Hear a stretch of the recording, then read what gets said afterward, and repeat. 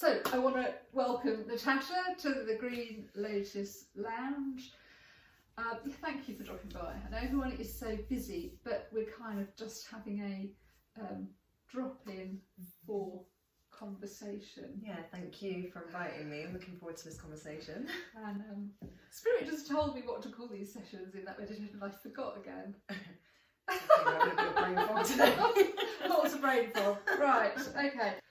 We're in Luton, so at the moment the current home for the Green Lotus Lounge is here in Luton, and Natasha and I met at the development circle at Grove Road Spiritualist National Union Church. Before I ask you to introduce yourself, I'm just going to do a quick introduction for people who don't know me. That my introduction to spiritualism came through when my brother died, and I think that happens to a lot of people. So after my brother died, I was in my 20s, and he came through for about 7 years, and at that time I also became aware of spirits healing, working with coloured lights with my aromatherapy clients in the room. So that was really my introduction. And saying it sounds odd, but at the time it just seemed perfectly normal. So I just wanted to know, tell me about your path into spiritual practice. Was there an epiphany or a triggering moment or a particular event that brought you into service, or have you always been like this? So I've always been like this since a child. So the first thing that I can remember is just having conversations with God, but actually communicating and hearing like messages, and like if I had a question, it would be answered.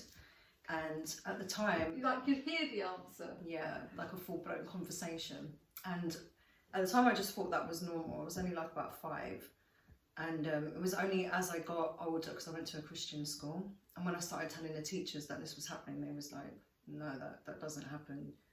So I was like, but I actually just ignored them, and I thought, okay, well, I know what's happening, because it wasn't just communication. It was like, so unknowingly, it would be when I'd go outside by myself, I'd start walking around.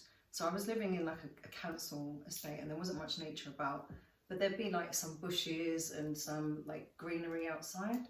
And I found myself just going out there by myself. And as I started to just open up to all that energy that was around, I just started communicating with the Creator, and that was the first type of spiritual interactions I had. And I could just feel like the pulsations of the earth, interactions with like the energy from like the bushes. Like I found myself like kissing leaves and making birds' nests out of for the birds, and like I would get like the insects and put them in my Polly Pockets and stuff like that. Like I was just really into nature so much. And then by about age 9, I started to see spirits.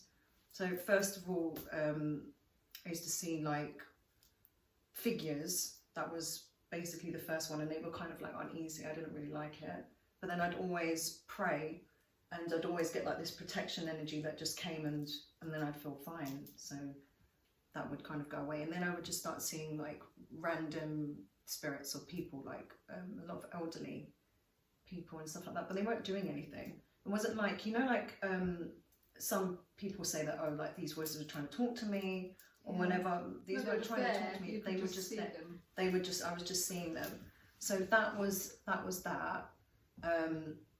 That's really interesting, because I think when I was a child I used to talk to plants, and then I remember, I don't know, maybe in the early 70s there was some kind of thing about Prince Charles, or the King as he is now, and that he talks to plants, and they were kind of taking the mickey out of him though, like on the media. So I remember watching this, I'm totally thinking, oh, I'm not supposed to do that. And isn't that interesting how you kind of, just naturally programmed to close down something that is really natural. What I didn't say in my introduction, actually, was the reason that I invited Natasha here today was because in the development circle we have a WhatsApp group, and I had popped in a really short question around the 3rd or 4th of January to say, is anyone else experiencing these sort of energy vortexes. I mean, I was experiencing like I could actually see energy almost like plasma around me, and I'd called them and I said, and visual disturbances coming online at night.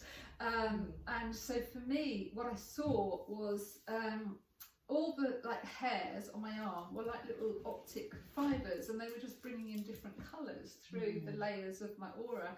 And then I could see energy coming in vortexes, but actually going to this plant that I have in the bedroom. It's a big palm, and as I put my hand out towards the plant, I could see my auric field connecting with the auric field of the plant, even though I wasn't touching it. And I thought, oh, this is interesting. I wonder if anyone else has experienced that. So it was that question. That then we went outside our group and had a really interesting conversation. I thought that is worth a deep dive, and that is worth a deep dive on camera.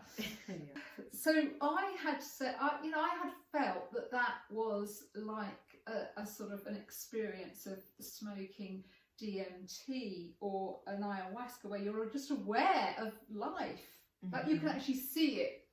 Like we're not the energy side of it. But what I found really interesting about the timing, so the 3rd of January was it was a big supermoon in Cancer, but we'd had 3i Atlas coming to its behind the sun and it's closest to the earth, and we'd had a lot of shedding of energy, and around the 3rd, as well as the supermoon, and around the 4th, we had a lot of geomagnetic energy on the earth, and I'm assuming that's what was happening. That was what was triggering it. So I don't know if you can. I mean, it's only with the 26th of January, I think now, are we?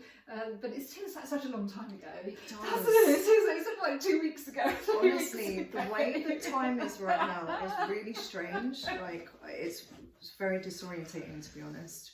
Because it's almost like we've stepped out of time. I don't know if you're feeling that too, but I just feel like it's not as solid as it used to be. I'm feeling that. I got sent a message, by someone who said it's scary. They'd seen something on YouTube and it was like, that CERN were playing with time. I'm like, I think the spirits might be doing that. But it's scary. I think it's not scary. But it is. It reminds me of when David Tennant as Doctor Who explained time, and he kind of went, it's a kind of squiggly wiggly thing, and it was like, it's not linear, and it never was. It was just our perception.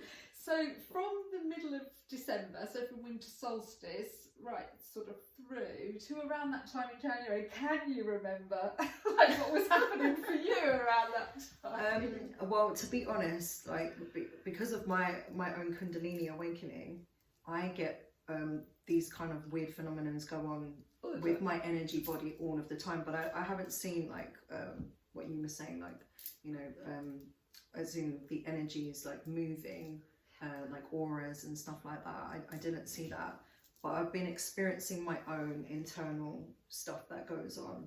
So I find that when these kind of things are happening, that is amplified, and there would definitely be more activity going on inside my body, but I didn't have any specific things going on like that, just because like I was saying to you before, that it was your body's adjusting, right? Yes. So it's to do with the light body, and as we're becoming more into the 5D now, and the light body's building up, the physical body takes on a lot of it's quite challenging for the physical body to transit into that. So it's like a lag on the physical body. So you get all these weird side effects and all of this stuff happening with the physical body. I've already been on a real deep purification, immense purification going on already. So I know that's this was last year. So my actual physical body is very purified. So it's a bit easier for me in that sense now, but it wasn't at the time. At the time it was not. I went through serious amounts of purification. So let's come back to that, because actually one of the things that you had said in our text conversation is, as we're all continuing our upgrades, and I was thinking people are like antennae for the light, to stabilize and transmute. Can you kind of explain what you mean by stabilize and transmute? So we, as we've become more light, we can channel more light, and we can hold that cosmic light within our bodies, right? And that is going down into Mother Earth, and that's helping her with her transition, because we're all interconnected together. So we, as this body becomes more light, we literally become an antenna to be able to just hold that energy. So this is what's going on. What's happening. Yeah, this is what's going on. So we're all becoming more light, and we're able to hold that, and then that's why you're affecting the environment around you, and everywhere you go you'll find that like your energy is changing stuff around you, which is what was going on when you were having those interactions with the plants and all of that. It was like you got to actually, which was what really fascinating, is you got to see a physical side of what that actually, like what was going on, because so I'll feel the energies a lot of the time. And the only time... I could feel that literally I was putting my hands, I could feel the shape. But you could also see it coming in, but so you've got the vision side of it, like what you were saying, what happens with plant medicine and stuff like that, because it shows you that, right? It takes you into that realm where we can see it. But otherwise with energy, we're feeling it mainly. So, but you got to go into that next level of where they actually showed you that this is what's going on. So the only time I've experienced that as well was in plant medicine, and in when I was having like deep visions, when the kundalini first awakened, I got lots of visions that was given me, and it was showing me this stuff to do with the energy side of things. So let's talk about that, because like, what is a kundalini awakening and what is kundalini? So kundalini is just life force energy, but from what I understand, there's two life forces. So there's one life force energy, but the creator kind of splits itself in order to create life. So in making reality, it uses its primal force, right, which is the feminine energy. So if we relate this back to like the Hindu traditions and stuff, they call it Shakti and Shiva. Shiva's the consciousness part of the creator, right? So it's like the outside part, and this is the part that most people will connect to when they're praying, and what most people have been introduced to in religions. But the actual part of it that lives inside your body, which is actually running everything. So it's like it's breathing you, it's pumping your heart, it's doing all of that. But there's another aspect of it that stays coiled at the bottom of your spine, and when that awakens, so it basically becomes like another. So it wants to clear you out, purify you, and bring you into your highest alignment of your divinity. That's its job, to do that. So that's what it's trying to do. So with doing that, it breaks through everything false. So the first part of it is purification, and in the purification part, it's basically tearing apart everything that you've built up in yourself that's not true, that's not real, and it's very difficult. It's not an easy process. So part of, I think that feels scary to people, because one of the things that we build up in our narrative is that, like, our ego, the narrative of our life, and then when that starts to break down, it gives us a panic, because but it's not actually a scary process. That's why we feel scared. We're scared of letting go. Yeah, and it depends how fast it happens. So with Kundalini awakening, with my one, it happened really, really fast. It was like it was almost what you call a spiritual emergency that I went into. So what triggered it? I mean, I don't mean the spiritual, but what triggered the actual energy movement? So I was doing practices to awaken the Kundalini beforehand, right? So that was like certain meditations, chanting, and breath work and stuff like that, and just generally trying to connect to the divine feminine. Because I felt like being brought up Christian, I was mainly associated with the masculine aspect of God, and I was trying to connect more with the feminine side of the creator. So I knew that was there, but it wasn't as strong for me as what the masculine was. So there was like a father figure, but the mother figure was a lot, it wasn't as strong.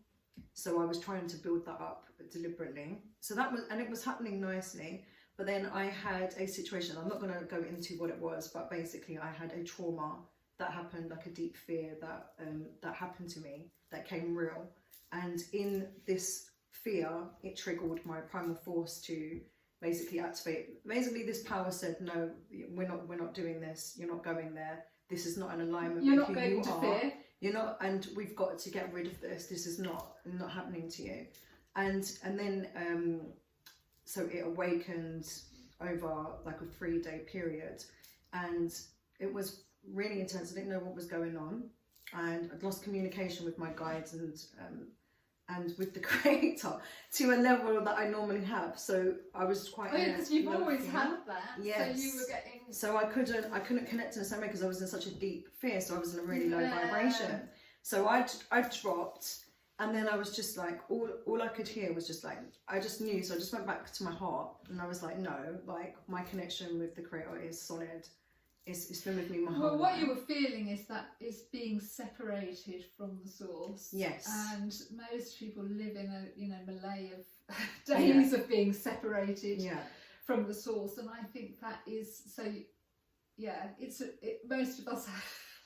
That's our entire life until we wake up to connect. Yes, exactly. That's exactly but what it's it was. interesting, this thing about fear, because I believe people talk about love and hate. I don't think it's love and hate. I think it's love and fear. Absolutely. The only two things that exist in the universe is love and fear.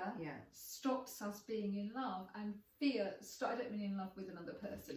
It's being love, in that energy of love, and fear is trying to stop us feeling connection to source. Absolutely. And when you think about it, a lot of Western, because you mentioned like Hindu theology, a lot of Western, I always think of particularly Catholicism, but Western Christianity, it's all about fear. And actually, I'd say anything that is trying to put you in a state of fear is evil. Greg Braden said that, and I thought anything that stops he didn't say that. What he said was anything that tries to prevent you revealing your divinity is evil. Just think of mass media, and then think of the church. Think of anything autocratic. Absolutely, it's not supporting you. It's not putting you in your divine power. It's pulling you away from it, and actually keeping your mind frame in that lower, survival mode, basically, where we're constantly looking for fear, and our minds do that very easily. That animalistic side of us, we've got that part of our brain that is made to be like that. So it's very easy for them to cultivate that and use that in that way. The adrenals and the cortisol kicking in and going around. And then that's a whole nother conversation when you want to go into why that happens and everything. Yeah, actually, let's not go there. I don't know why I kind of diverted into that's my almost my meme. It's got to step out of the fear, come into the light. That's my thing. But yes, so Kundalini, because I was people draw it as if it's like a snake up the spine. So you were saying that as you felt that disconnect, then how did that feel in your physical body? Oh, absolutely awful. Yeah, it felt like, actually, I would say I felt like I was dying. I literally felt like I was dying, and that was why I went into even more fear, because it was like, okay, I could feel a part of me was dying, but actually it was my ego that was dying. And then it literally, what I heard once I went in, and I was like, okay, like, if I'm gonna die, I'm gonna die, right? So I had to get into that state of mind, and I was just like, and then I heard the voice say, surrender, and that was all I could get. And then I kept hearing also kundalini, and that was the only words that I could get through. And they must have tried so hard to do that, because they must have had to come because you know that they have to come in and drop their vibrations to get to us. And so obviously, because I was so low, it was like, it must have been really difficult for my guides to do that, but they managed to get that in. And then as soon as I heard the surrender, I had this kind of epiphany that happened, and I was like, you know what, my life isn't mine anyway. I'm here because a higher power has put me here, my creator has put me here, and if it's my time to go, then it's my time to go. So I gave in to death, and in that moment that I gave in to death, it literally, it just lifted up off of me.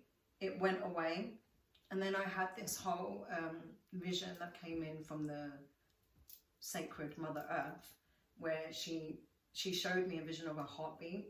It was just like a light in the middle of the earth, and then she showed me that it came up into my whole body, and that it was like I was illuminated, and then it went bigger than that. Then it was like every single thing that was on the planet was part of this, and she showed me that this was part of the creator was split into this, and this was what the primal life force was. So that this kundalini energy is in every single thing that exists.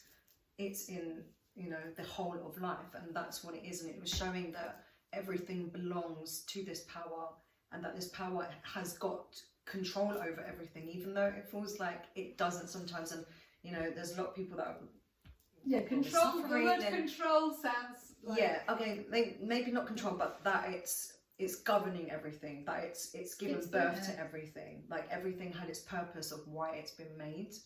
So it's you know, its energy is still there. Shut off from that purpose. But you can never be shut off from it. This is the thing. It's like that energy is in you regardless of whether you believe in it or not. It operates regardless of what you think or anything. But there's different levels to it.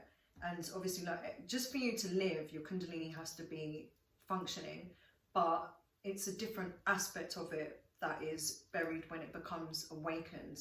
So it's just like a stronger part of it that's left at the base of the spine, and then when that erupts, that basically starts to govern your life in a different way, of where everything is amplified. So every single thing is amplified, so that you can understand what you're feeling, what's your emotions like.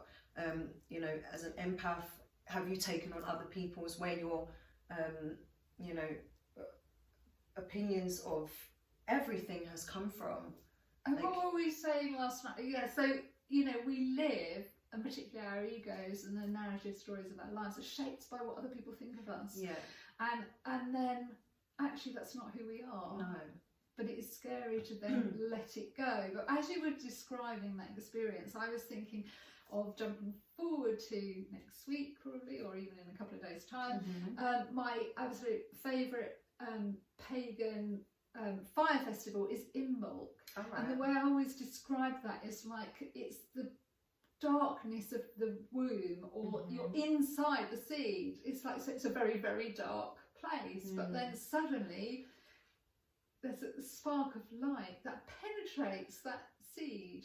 Absolutely. And it has to be in that really dark space and have that spark of light to then grow. And that's kind of, it sounded like that's what you were going through. You're like, oh, okay, what is this? Because I'm not connected. In order to feel that even more, exactly. So then when you did get it, when I got it back, it was even more amplified. And I also had an unusual one where my one came through the crown.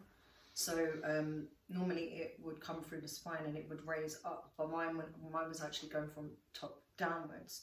So I was so as soon as I awakened into this energy, I was in the complete oneness and love. Every single thing, every single fear that I'd ever had dropped away. Every I don't know, any like problems I'd had with anybody just disappeared. Everything was put into divine perspective, and I was really I could feel energy in a whole different way. So when things weren't in that high vibration, when they weren't in love, it was really strong, and I could feel the dissonance of the energies, like the two, the separate. That's interesting, because we talked about this happening like before this year. So I think that we have been led on a journey, maybe coming from, I don't know, quite a few years ago, maybe all our lives, but you know, the last 5, 6, 7 years have been really definitely. Since COVID, I think. One of the things that you asked was, had I had to change my diet, and had I had to change what I was exposed to, and I just thought yes. And actually, you know, you've just mentioned about like really being able to feel. So I went through this experience at work where it was the worst persecution and bullying I have felt. And to put that into perspective, I had a relationship with someone who was a paranoid schizophrenic, and that was difficult to deal with, and he tried to murder me, but I never felt anything like this at work. I could feel. And you know, in the office, other people can feel it because they're kind of looking at like what's going on. And I was being so persecuted. And so constantly under attack. So this was from spring of 2022 right through to the January of 2024. And every time I could feel being attacked, my body literally started to shut down. So I was yellow, I was grey, I thought I was dying, I was peeing blood, not blood in my urine, I was just like, my kidneys, my blood tests were just, you know, off this scale. I was taken to hospital, and the consultant in the emergency ward was saying to me, are you sure you haven't had a hemorrhage? Because my bloods were showing trauma, serious trauma. And I was like, no. You know, and that was really interesting because I didn't know I really didn't know that a body could go into shutdown. And I thought, I'm dying. Well, I was like, I'm 57 or 57, I don't know how old I was, whatever. I was thinking, well, I wasn't expecting that. I was really sat where you are. I was like sat in here thinking, well, I wasn't expecting that. And I just gave into it. At that point, I went, oh, and there was a surrender to, oh, okay, it's like this then. Because I couldn't, so, sorry, going back to your question was about what I was exposed to. I was so,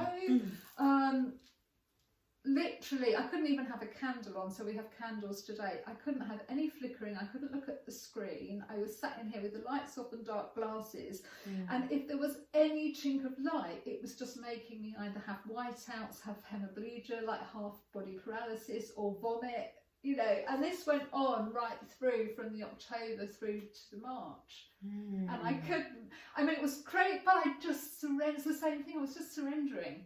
I just went, okay, this is what's happening. And I honestly thought I was dying, so I kind of went, oh, I'm dying. Oh, okay. I didn't hear, you know, and I was like, oh, well, okay, this is interesting. Because, you know, and then obviously, because I surrendered, I started to heal. Whereas resistance, you were talking earlier about having, so what, sorry, I am really jumping about, you see, autistic, ADHD, but when you walked to the door, you were talking about energy here and headaches, and I have this theory about all pain in the body, that it's almost like a resistance to the frequency change. So I don't know if you can remember that conversation, what you were saying about that, the frequency change. But you're talking about what we spoke about. What was going on there? Well, with me, so obviously when you're getting certain upgrades are happening, so like this psychic senses are sharpening and stuff like that, there'll be times when like your energy is changing. So like right now, I can feel that instead of being inside my head, I'm kind of above my head, which is, I can't remember what this chakra is called, but it's to do with more like connection with the spirit realm. And it often happens after going to either the psychic circle or being in the mediumship room, because obviously our energy is already aligned with that. So when we're stepping into those places, it's like where the energy is starting to be like, oh, okay, well, we can step into this more now. So it's just more, it's actually us becoming more in alignment, but it's, you know, like, everything. So like when a child's growing, you know, you get growing pains and all of this stuff. It's the same thing as that. It's like we can't have any growth without having that side effects, which are most of the time they're a bit negative. They can be quite harsh on the body. The body is, you know, it's. But do you think that's part of our resistance? Is that part of us, part of our holding on to what we think was the norm for us before, and there's a kind of resistance? And it could be. I don't think personally for me that it is. I think you'd have to kind of look at your own self and be like, have I got resistance to actually developing more? Is there some reason why I don't want to develop more? Is there some, you know, fear, something subconscious mind that's holding me back from doing that? But I think with me it wasn't. It's just an adaptation that's just happening.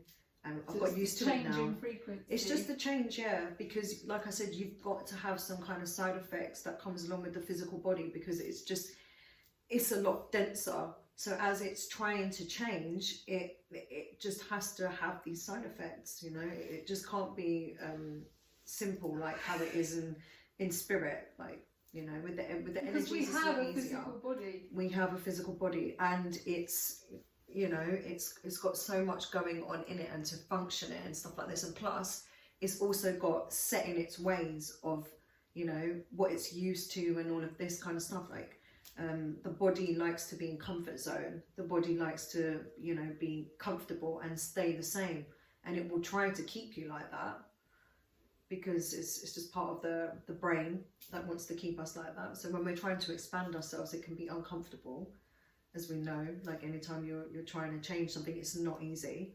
So even if it's something positive, it still has that little bit of the body kind of resisting to it. It's just like, oh no, is this new? Is this safe? Is this safe for us? It always comes back to that survival mode brain of ours, that's, you know, instinctive, ancestral, comes back to, going back to when we were, you know, cave people, and yeah, running from tigers and having to defend ourselves in the jungle and all of that kind of stuff. So it seems a bit irrelevant to us now. But there's loads of studies on this stuff, isn't there? Like, I know Dr. Joe Dispenza, he goes a lot into that part of the brain and how it affects us when we're trying to change our energies and stuff like that. But then, you know, being spiritual beings as well, and depending on how open you are, and depending on how willingly you are to be open as well, that also has an effect, because we have to participate in this. I think that's what I meant when I said resistance. I didn't mean that it's like that if you're not going with the flow. Yeah, if you're not, sort of almost interference. At the same time, you can easily block yourself if you don't want to do it. You've got to be open to want this stuff as well. But obviously then there does come another time, so it's like, if you've already had this in your soul blueprint, if it's been part of your contract before you came here to do it, that you are going to be dealing with, you know, spirits, you are going to be psychic, you're going to be working with certain stuff like this, then it's going to have to happen to you regardless whether you want it or not, whether you're ready for it or not. There comes a point where it's like the higher self is like, okay, you're running behind a little bit, yeah, we're just coming in right now, and that's it. Get with like, the program. They know you'll catch up to it. They just know that you're just a bit like, I don't want to go. But you will do it, because it's part of who you are, and really, and that's when you tap back into that energy, and then you're like, oh, actually it's okay, like we're safe doing all of this stuff. We can do it and keep developing ourselves. I wanted to go back to that question about, you know, are you having to limit things? So even now, very good example was I went to Hemel. I never go out, and I went to Hemel on Saturday, and I know because white lights really affect me and bring on hemiplegia and whatnot. So I feel like maybe I'm turning into a vampire. You know, I have to get home before sundown, and because we're in the winter, the sun goes very low, and then it flashes off of car mirrors. It's that. So I was like, no, I need to leave Hemel, Pottenend and that area. I need to leave it by 3 o'clock to get back. I left it half an hour late, and by the time I got back, just because of the amount of white light coming and lights flashing off cars and sensory information on the M25 and all of that, which is normal life, used to be normal life for me before, but since I had this experience, and you know, during that, people said it was the dark night of the soul. I won't quite that, because I see a dark night of the soul as when it's a question of your existential angst, and I really didn't feel that. But I still have to limit myself so much. So you might have seen me wearing dark glasses even at church, and we spoke about so I used to love sparkly lights at Christmas, twinkling lights, and just driving from Luton to Hemel and back put me in bed for 3 days. With an absolutely full-on catatonic hemiplegia, painful migraine, and I have this sort of underlying condition. So I'm finding that I have to limit the sensory information that's coming into my body while my body is going through this balance. So we are sentient beings. I was like, oh, we are. So we're like, we are God experiencing Earth, because we can only experience this because we're sentient beings. But suddenly I can't take in, because I seem to be taking in something else. I can't take in anything loud. Bangs make me tremor, like and diet. So you asked, so I'm assuming that these things happen to you, and you're also like, has your diet changed? And that I feel, I don't eat. I don't know, I would probably say a third of the calories that I used to. That's one of the major things that happen to people. So also people not needing to eat as well. Actually, Drink water. hardly having any food whatsoever, and it just being a strange way that it just came upon them as well. Like one minute you were eating normally, the next minute you can't tolerate stuff, or you just don't even want to eat that food. Again, this is to do with the body changing into more crystalline body. So as it's transitioning, the food basically makes us more dense. The light has to, when it's coming through, has to break down through all these different barriers to get into the cells, to get deep into the body, so it can activate us to be more light. And the more of this food that we have in, or the more, interference there is in the physical body, it can't work. So there's like a little bit of a battle going on inside the body. This is when it's not easy. So you just want to, this is why you find, like, if you eat like really clean and stuff like that, like just fruits, vegetables, and So you were saying this, sorry, I actually interject, because you said earlier that that you went through this purification process. That was the kind of timeline I was trying to give, from. It's interesting that we've kind of gone through that. So it was a purifying, then it was opening to the light, then it was the kundalini. It wasn't like, oh, let's do something to open it, because there's a process that is going on here. Yeah. So sorry, actually, you were talking about the foods you want us. With the food with me, it came after the kundalini, because mine was literally it wouldn't let me eat it. So if I actually tried to eat stuff that it didn't want me to eat, and I say it, but it's really itself. Yeah, it's really hard to describe, because it is almost like there's another energy there. I went through, I go through, like, when I get nausea and vomiting, but actually, if I try and eat something that I don't want to eat, it's straight out. Yeah, it's your like body to the will point refuse it. Like I was actually cleaning my teeth, and I put the brush in my mouth and taste it, and I just went all over the mirror, and I was like, what? So the body's intelligence, the body's intelligence has come up speaking louder, and it's like, no, we're not having this. I want this. And if you try to, so with me, if I tried to, like, if I just had a bite, like, so I couldn't eat sugar, I couldn't have caffeine, I couldn't have meat. And any really high processed foods, any of this stuff would start making me have like an anxiety feeling from eating it. As soon as I put it into my mouth and I swallowed it, I would start to feel really uneasy and not okay, and I'd be like, oh no, I can't do this, and I'd immediately have to go into some kind of purification process where I'd have to basically bring more light into my body to try and fuse what I'd just eaten with light. So that process came to me afterwards as well. And yes, do you want to talk about that process? So it's basically, it's just intentionally bringing light. So like how we do when you connect in a mediumship, how we connect to the light, but you'll bring that light into the food to bless it and to purify it. And it's really strange, because I did that experiment during this time when I couldn't eat anything, because I was, the voice came through and it was like, bless the food in this way, do it like this, and you'll be able to eat it. So I was like, okay, I'm going to try, because previous to this, if I tried to eat it, I would get anxiety. So that's crazy.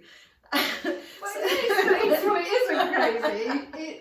When you're talking about it, like, it's very unusual. But this is why these conversations are good, because this stuff is becoming normal now. So many people are experiencing this, and that's why it's important to talk about. So you don't get so much anxiety. Then you can be like, okay, I'm eating this, but it's okay, because my body is actually just telling me that it doesn't want this. So our senses of our body is becoming stronger to avoid this stuff anyway. And it's just to help with that process, to make it easier on yourself, so that you don't have to have so many side effects and things like that. Because ultimately it's the body going through this stuff. It's the hardest for the body, because we're already light beings. but now we're going into a higher amount of light beings. We're able to hold so much more light. And we don't know. Receiving and transmitting. Yeah, exactly. Yeah, and I mean, apparently your aura can keep growing as well, and it can get bigger and bigger because of this light, and then you affect more of your surroundings around you, and you can impact more people and the spaces all around you just because of that energy that you're holding. And that's why it's very important. So kind of like when you're choosing to kind of, you know, be a light worker, when you're going down this path. So when you're choosing? Yeah, because it is kind of a choice. I mean, no one makes you start your innate self, isn't it? Leading you to want to know more, to want to connect more. It's kind of like more of a vow. Oh yeah, I forgot I made that promise. And then that's it. Then you're in the process, and then, you know, I mean, I think if you did still eat the dense food, all that would happen is that you would probably just feel really ill. Yeah. You would just be feeling awful all the time, and this is what it is because you can't, you know, fight the process. It's happening naturally. And again, most of this comes back to us agreeing to this before we even came to this earth in the first place, especially in this period of time right now that we're in. You know, it's all deliberate. It's an amazing period of time. Yeah, I think, and you know, going back to a lot of people are scared right now because it feels that everything is falling apart. Yeah. And what I was studying Buddhism, studying the Lotus Sutra for 27 years, 30 years, actually, even longer than that. And there's a chapter 2 of the Lotus Sutra talks about the bodhisattvas of the earth are rising, and so it doesn't matter which theology, you know, whether we use language like light workers or whether we're talking about Hindu religion or all of those things. Actually, they've all been trying to teach us and prepare us for this time. Absolutely, yeah. It's all the same thing. It's the same information, but coming out in different ways so we can all understand it. That's why the same message has to be repeated in multiple ways. In different cultures. Yeah, so that everybody can understand it. So when this time came, then we could know what was going on, even though it's still challenging. But yeah, so it kind of doesn't matter how you work it out in your head. Oh, that's what's happening, right? So there's nothing to be scared of. And when you were talking about these energies earlier as well, it reminded me of the Chinese kind of not particularly the creation myth, but how the world is formed. So we're familiar in the West with the Abrahamic religions, and it's like first there was the. It wasn't the light. First there was the word. First there was the word. It wasn't a word. Sound. It was sound. And then you have light and dark.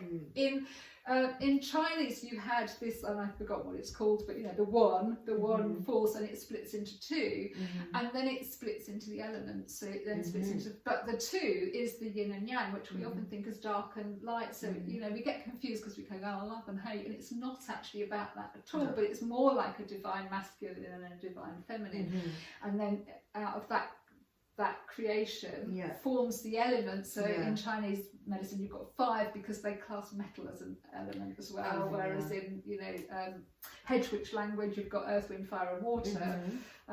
In Chinese medicine you have wood, I've got the other ones, fire, air probably, water and metal. And I think that's quite interesting because metal is an element, like we've all got gold and silver in us, we've all got iron in us, we've all got these metals play physically a really important role in us being transmitters and receivers. Absolutely. Well, that was a that's how I feel really excited about what's going on at the moment. I do as well, and I know it's difficult for a lot of people to understand that.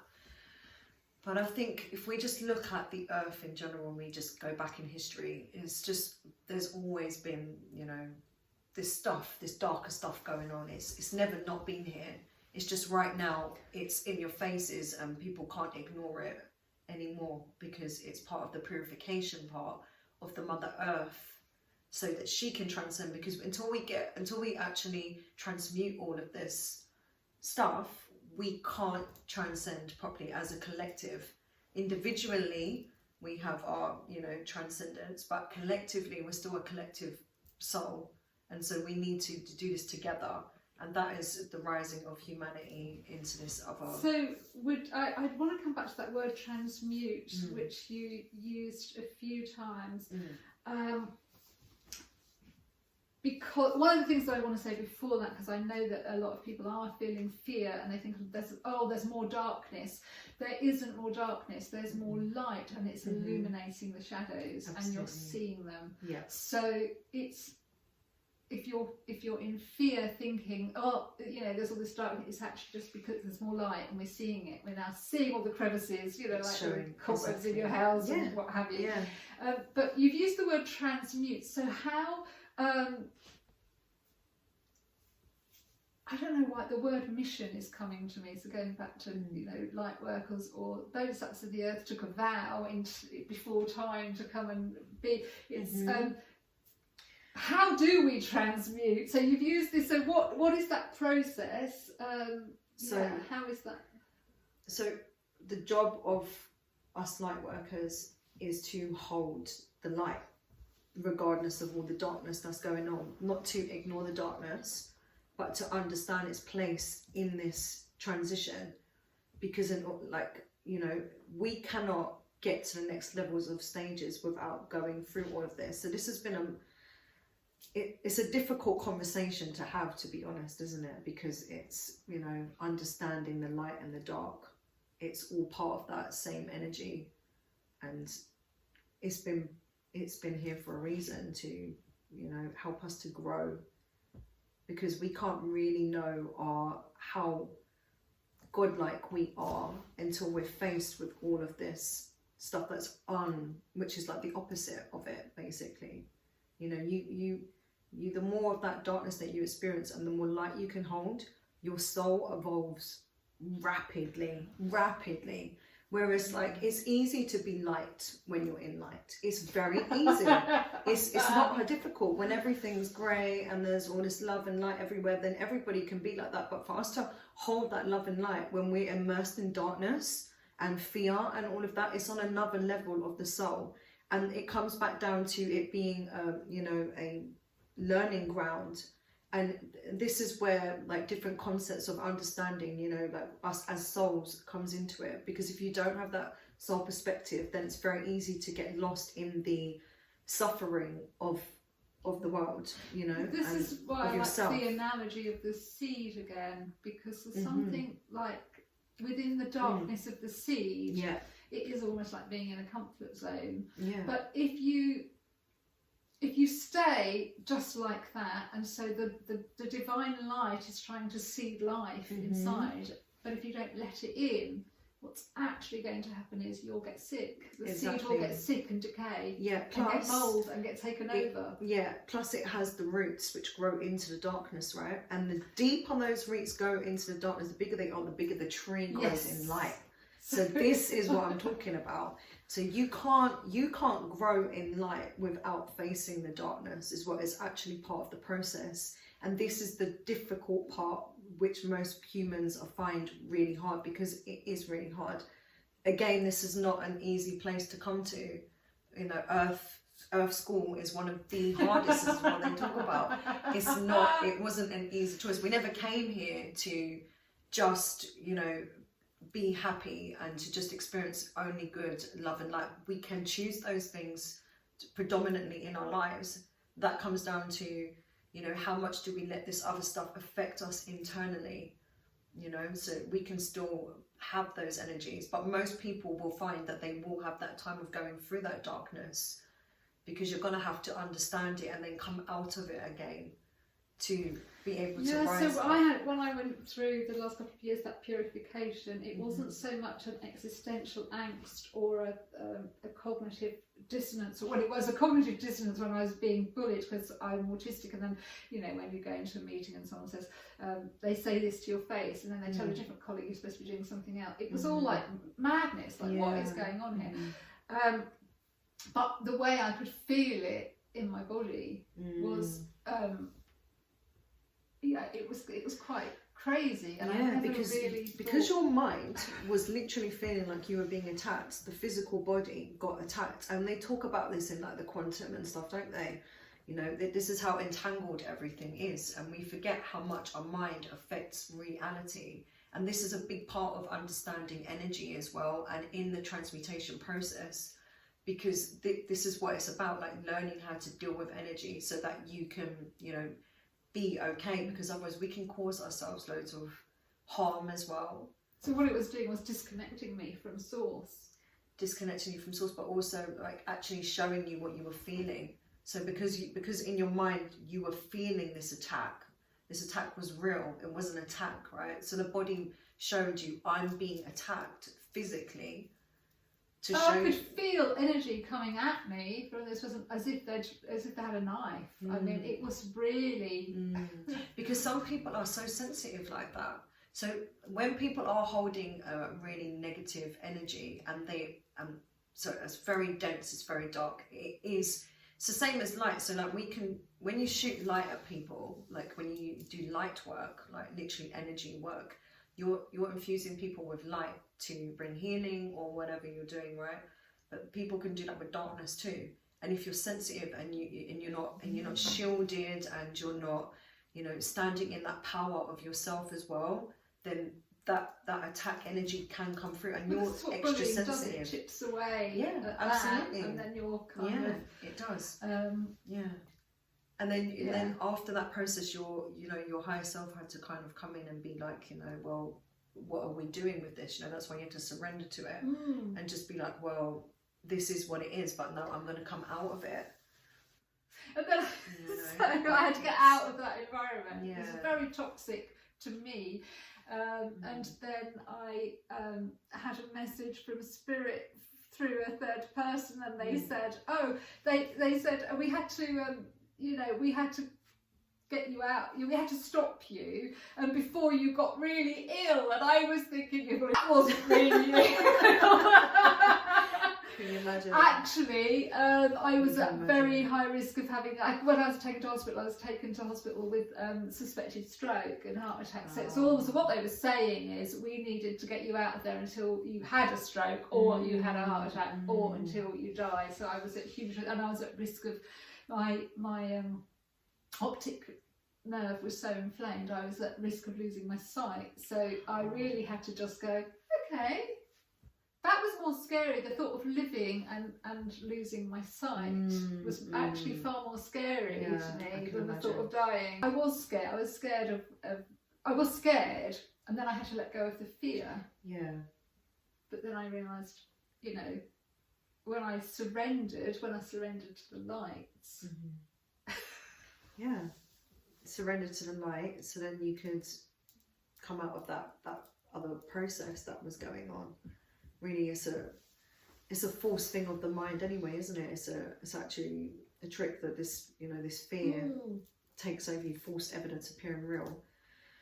Every time that we let those kind of energies into us, it's about becoming stronger to not allow those energies to come in. But again, that is a process of ourselves, and it's a process of trust as well. It is. And remember, some people are just more sensitive than other people, and that's not a bad thing. That was a gift that was given, so you could use it in other ways, like with energies and whatever other work that you're doing and stuff. But so it sounds like you had a similar journey.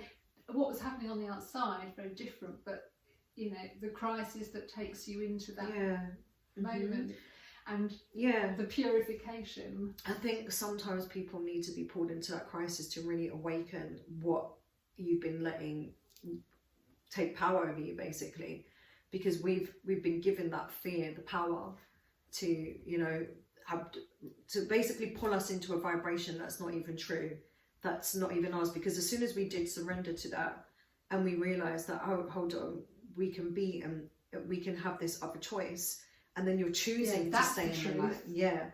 And it comes down to you actually realizing that it was a choice as well.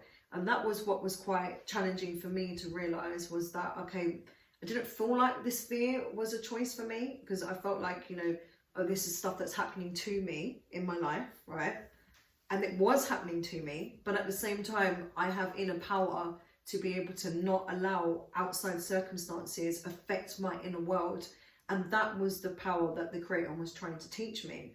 It was like, you have to be solid in your inner power, that nothing from the outside affects and changes you, and stay in that high vibration. And that is what this work is all about, because no matter what goes on now, in whatever suffering you're seeing or whatever, it doesn't affect you in the same way, because you can hold yourself in that light.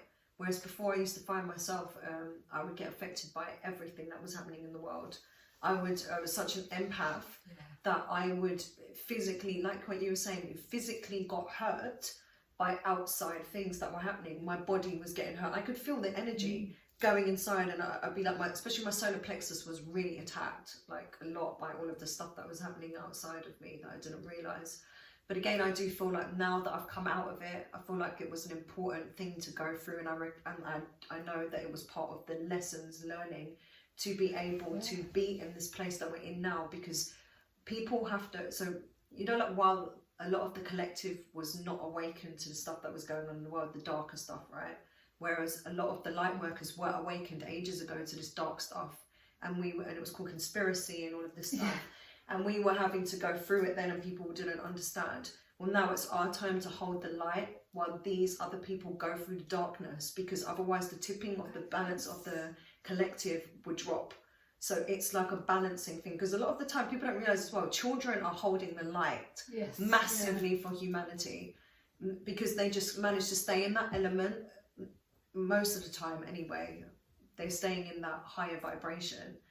But while this stuff is going on, it's the natural vibration. It's the natural. Should be. It's the natural vibration, exactly. So they are holding that. But if too much of humanity dips into that lower, then we would tip the scales the other way, where we'd go more into darkness. So this is why the light workers are so important, to hold the light, and to. This is why before we were awakening in times when people, you know, were not awakening to this stuff, and now the masses are awakening, and all these other people are holding it, but. It only has to be a certain amount of people to hold this light anyway, because now you're holding so much light. It is the equivalent of, like, you know, hundreds and thousands of people, depending on how much you're actually staying in that vibration, and how much love you're holding, how much light you're holding. It's almost like, as you were talking before, so what I saw was a bridge, like you were, you know, we're holding the light so that others can, and it almost appears like a bridge. Yeah. Does that make sense? Yeah, it does.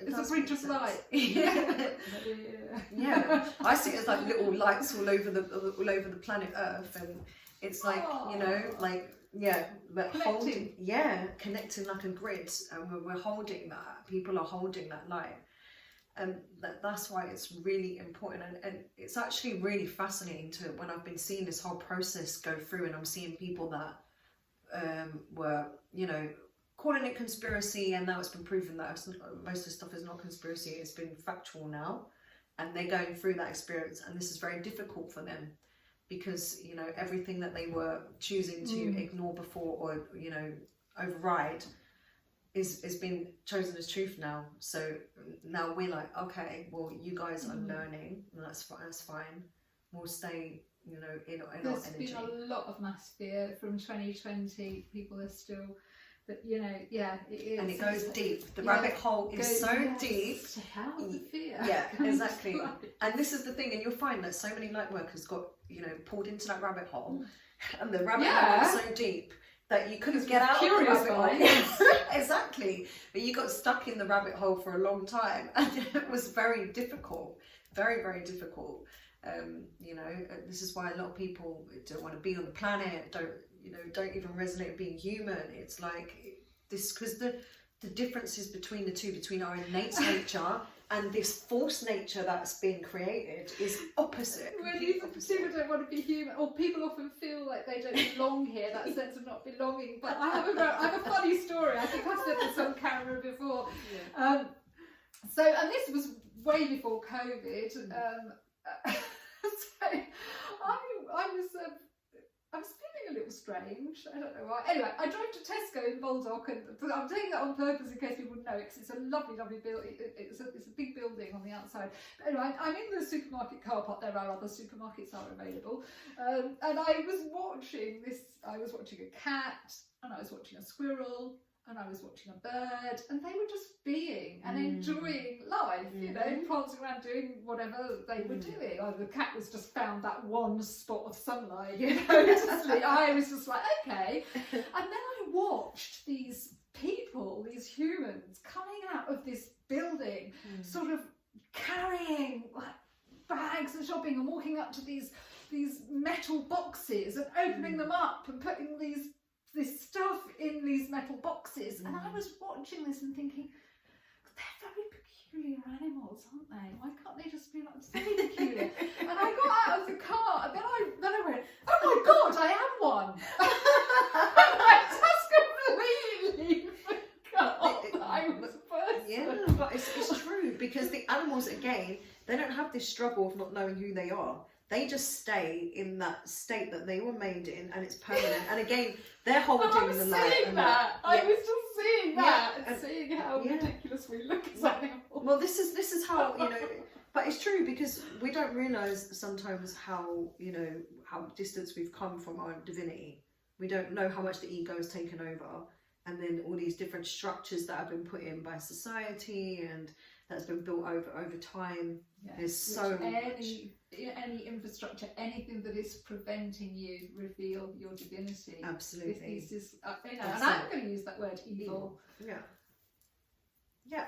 And start to see what's been happening, what is happening, and you're so right about animals just being. They're just being. And this is the thing. So, like the children, animals, and plants, they're holding that light. They're just light. They don't have that other part of them, you know, in there where the darkness can come and all of that. And it's very important to understand the energies of the difference, but to also understand that darkness is there to teach you. So darkness isn't something to fear. Darkness is actually just helping you to elevate to your next level of light. And it really is. This is why it's important to embrace your darkness and do shadow work and understand this type of stuff, because it's there to help us. It's not supposed to be pulling us down. It's just a lot of humans have got stuck in certain places of that vibration. They've got stuck in a lower vibration and they can't seem to get out of it. But this interesting thing about animals, my accountant, he was saying that, you know, like all animals and plants, you know, are already Muslim, like he's Muslim. But what he meant was exactly what he said. He didn't articulate that very well. What he meant was they're already in that space. Yes. They are Allah. That's what he meant. It's exactly what he meant. It's let's not wrap it up with different names for Abrahamic religions. So that's exactly what he was saying. That it's already in that state, and we have to return to that state. We have to return to it. So we have to remember that's our original state. And all of this other false stuff that's come in is false, but it's about just understanding that. So once you understand, okay, this is actually like so you have your awareness, and then you have all of those other things that are, you know, a part of you. Maybe you've experienced stuff and you've accidentally taken it on as part of yourself, but it's not actually you. As soon as you can really acknowledge that and then see the separation, then you can separate yourself from that. You don't need to be a part of that energy that was once you. We're not like those past things that have happened to us or whatever, you know, has gone on in your life. That we hold. Yeah, you're not that. And the more that you focus on knowing like your soul perspective, then you keep, you know, stabilizing in that light, rising in that light, and growing in that light. And then more information can come through. You open yourself up to, you know, higher information through the guides and the creator. Tingly as you're talking. Yeah, I can feel that. Yeah, because it all just flows, and it's beautiful, because actually, you know, we are gods and goddesses. I'm just going to say it. We are God experiencing Earth. I mean, that's kind of what I came to realise. We are, because God consciousness, that love, it can't experience. It has to be sentient to experience Earth. So we are. Yeah. So yeah. Well, my concept of it is basically like the sun, right? So the creator is the sun, and every single thing else is a sunbeam. So we are made of that same essence. We are of that essence, but it's also an outside power. Like I can't say that I'm the one who created the universe and all of this stuff. Yeah.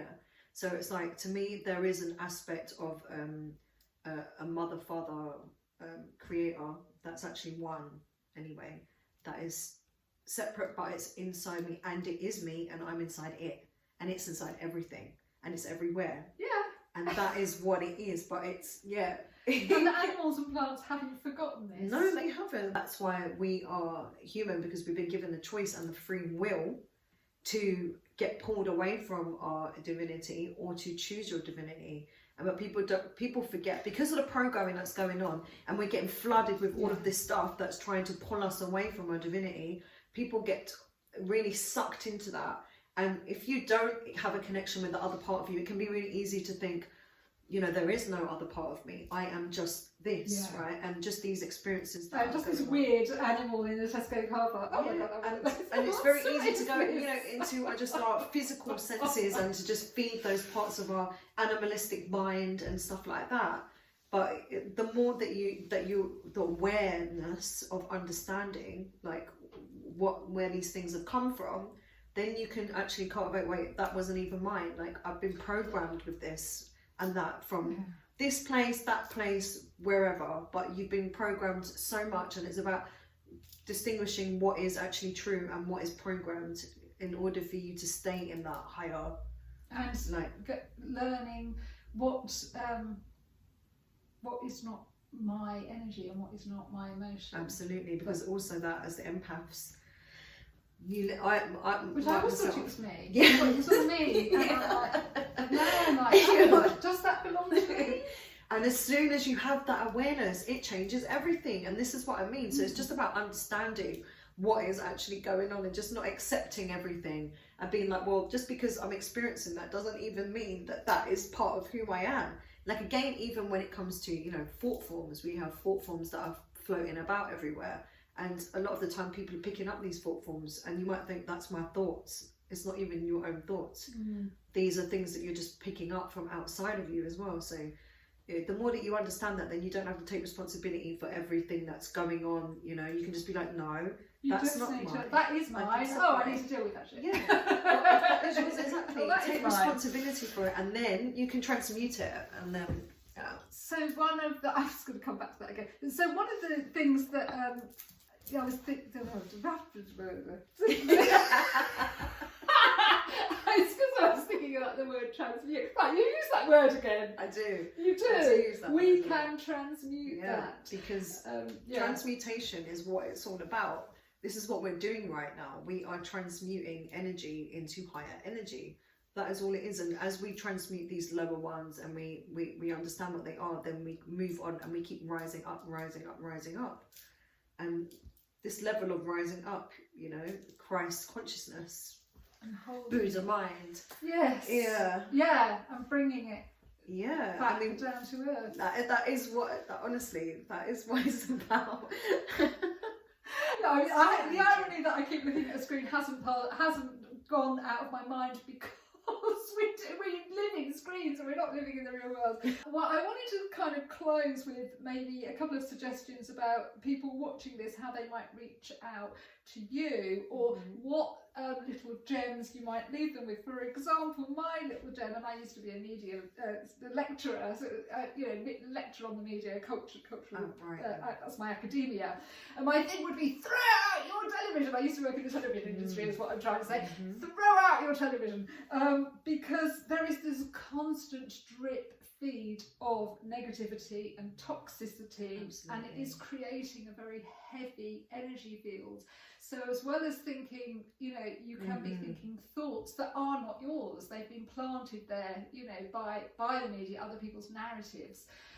And then your reactions to that might not be yours because you're reacting. It's like, start to come back. First thing, chuck the telly out. Yeah. Chuck it out the window. Yeah, absolutely. I would say also be conscious that, because every single thing, right, is resonating on a certain vibration. So whatever you are being a part of, whatever you're listening to, whatever you're doing has a vibration. Be conscious of what that vibration is and really choose, is this a good vibration for me? Or is this not a good vibration for me? Is it elevating me? Is it not? Is it pulling me down? Because there are so much, like what you were saying, a lot of these programs are not good for you. A lot of the music is not good for you. A lot of your interactions with people are not good for you. A lot of the food is not good for you. It's about really just discerning and then choosing the higher choice every time. And if you do that, then that is how you keep elevating yourself. And then you'll find also that you'll just feel better, because your energy body is not getting affected by all these different energies that are getting projected at you from all these different sources. And whether you want to believe it or not, we are energy. So depending, you know, yes, some people are more sensitive, but everybody is sensitive to this. You cannot not be. You can't avoid it. You are interacting with energy. This is how we've been made. So when this stuff, when you're watching it, when you're, you know, getting programmed by it, it is going inside. So you just got to choose, is this worth it? What is this energy about? What is this trying to bring into me? How does this feel? How does it feel? Exactly. How does this feel? Because a lot of people don't. Like, you might just watch something and just think, oh, this is funny. You know, because let's say, for instance, reality TV, right? A lot of people got really into reality TV. Which is a kind of reason. I mean, that's a funny thing to begin with, isn't it? Because reality is not TV. Yeah. And again, a lot of it is scripted TV, but it depends what type of reality TV you're watching. Again, this is what I mean. It's but like, it's someone else's reality. It's not yours. yeah. But if it's just Not like if you're realistic. watching like idle gossip, or like, you know, like people just doing things that are not, you know, really good, what are you gaining from this? Maybe, I mean, it's probably not going to harm you if you're just getting it in little bits, but Yeah, it's the amount of it that you're having, and eventually that builds up to an energy force, and that's what actually starts to mess with you. So you'll probably be fine having it in a little bit. I'm very cut off. Like, I refuse to have anything in my, like, if it's not stimulating me in a good way, it's a no. Yeah. And that's just my choice, because I decided that I'm not having anything to do with vibrations that are trying to pull me down or inject me with something that I don't want. So because I recognize how sensitive I am as well, because of the kundalini as well, I've been now extra sensitized. So I'm just like, it's a straight no for me. But everybody is the straight no for me. It literally is. Like, I don't watch TV. I don't have a watch TV. movie. Yeah, that's what I mean. And music as well. I only, if it's not positive, I'm not listening to it. Yeah. People, conversations, I don't sit around listening to people gossiping, complaining, all of this stuff. I will have, like, you know, it depends Be on aware that another that's a yeah, narrative. but I won't put up with, like, you know, people that are constantly just like, that's their energy, that's what they want to do all the time. They don't even realize they're doing it. It's just about being conscious, understanding what energy is going on. It's energy awareness. Energy awareness is everything. So that's a little gem that you That is a receive. gem. Honestly, if you just become more energy conscious, you will just find your life will just improve massively, because you will feel the difference. That will start building up. You'll start building up more positive energy. Yeah, you will feel the difference. You will feel the difference in your body, in your life. Things will change around you, because at the end of the day, we are all, you know, is our reality is unique. And so we need to, you know. There's a phrase in Buddhism, Esho Funi, it means that one with one's environment. And it doesn't mean sitting around navel gazing to become at one. It just means that is the state of life. You are at one with your environment. So as you change, everything around you changes. Yes. So it is almost like there's this split happening. So is there, if somebody wanted to reach out to you, is there a way, or are you just not doing that? So Like, what are you? No, I do have a website. I have a website where people can contact me on, which is earthandspirit.co.uk, and So I put do a link underneath. yeah, thank you. I do like energy work, all types of energy work. And yeah, I'm gonna be coming on social media. I've actually not been a part of social media.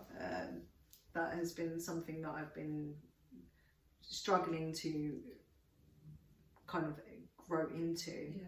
Just because I think a lot of people, I've noticed that are sensitive are like that as well.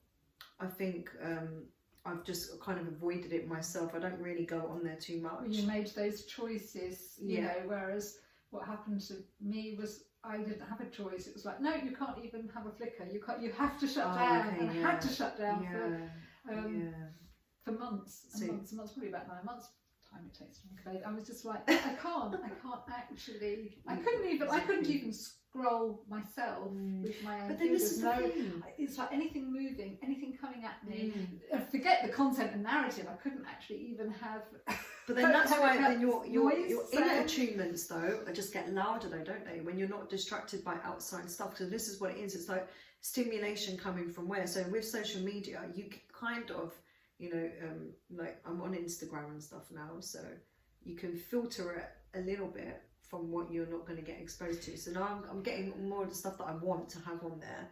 Occasionally I'll see something that I'm not interested in. The little echo chambers. So if we click on something just out of curiosity and it takes us down that rabbit hole, suddenly we're down the rabbit hole. Yeah, exactly. Yeah. Being aware that actually I don't want. Yeah. Someone was saying to me the other day they actually are suffering from such bad depression that they went to the doctors because they're seeing all this like desperate stuff on social media. I won't get into the narrative of what it is, but I just kind of said to them, look out the window. Is that really happening to you? Yeah, exactly. But the brain doesn't know the difference. No. So what you're feeling in your body, you think this is happening to you. Yeah.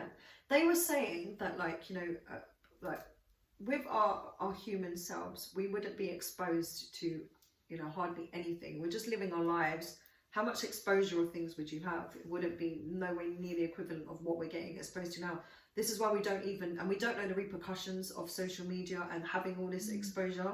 So, you know, we're still in the process of learning what is going to happen to all the children that have been brought up with this and all this different exposure. It is a bombardment of our central nervous system. It's so much. And this is what it is. So, yeah, I've been really weary about getting back out there. Yeah, connecting in that kind of way. I've not really felt the need to do it. So, but now obviously as I'm stepping into different roles and things like with my energy work, I'm being called by spirit to do it, to step out of my comfort zone and to just go on there. So, yeah. Well, I had this, thing we were talking before about going into shadow work. So this is quite a new word or term, and I feel a bit long in the tooth. And I kept hearing this and thinking, I don't fancy that. I don't fancy that shadow. What's all that about? I don't want to be doing that. I know how dark my mind is. You know, that doesn't sound very good. And then as I was just sitting in silence and thinking, oh, right, the seed. Oh, right. So years ago, I had a herbal toiletry company called Pomegranate Products, and actually, and I've been reminded, like, you know what this is. You know what shadow work is. It's like Persephone in the underworld. It's a classic Greek, you know, that you have to go into the shadowlands and shadow work. I was like, that's taken me about. So I was there in the early 90s, the late 90s, and all this other stuff happened where I was just reacting, and suddenly the spirit's going, hello. You do know what this is about. You do, exactly. So I don't want to do that. It's just it's got a name now, so it can be, so you can understand what you're actually doing when you're doing the shadow work. Yeah, so that's the story of Persephone. It's a Greek myth where people say Hades, you know, is the god of the underworld, and he kidnapped her, and it all becomes this sort of rather dark narrative. But you know, as the maiden, she falls into the underworld, and he welcomes her. He says, go and investigate. He doesn't keep her chained up, but he's like, you know, investigate and this darkness and see what's going on. You know, because that's what you have to do. Yeah, you have to feel safe enough to do it. You do have to feel safe enough to do it, but regardless whether you do or not, it's still there inside your body, inside your nervous system.